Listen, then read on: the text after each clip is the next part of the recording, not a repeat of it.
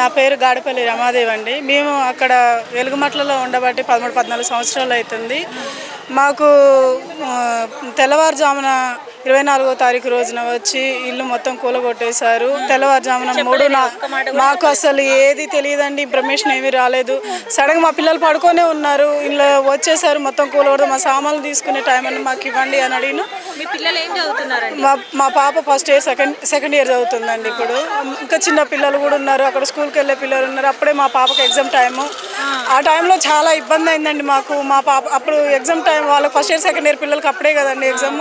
మా పాప మస్తు ఇబ్బంది అయింది. అప్పటికప్పుడు మేము మా ఏరే వాళ్ళ దగ్గర అప్పు తీసుకొని హాస్టల్లో ఉంచాం పాపను ప్రస్తుతానికి. మేమేమో ఈ ఆఫీసుల చుట్టూ, కలెక్టర్ ఆఫీస్ చుట్టూ, ఎంఆర్ ఆఫీస్ చుట్టూ తిరుగుతున్నా. మా ఆయన నేను కూలికి పోతేనే వెళ్తుంది, లేకపోతే మాకు వెళ్ళడానికి లేదు. మేము పని చేసుకుంటున్నాం, మేము కూలికే వెళ్తాం. నేనేమో హోటల్లో పని చేస్తాను, నా భర్త ఏమో మామూలు కూలి పనులకు ఏ పని దొరికితే ఆ పనికి వెళ్తారు. మాకంటూ ఏమీ లేదండి, ఊర్లలో కూడా మాకేం లేదు. మేము 15 సంవత్సరాలు పైగా అయింది ఖమ్మం వచ్చి.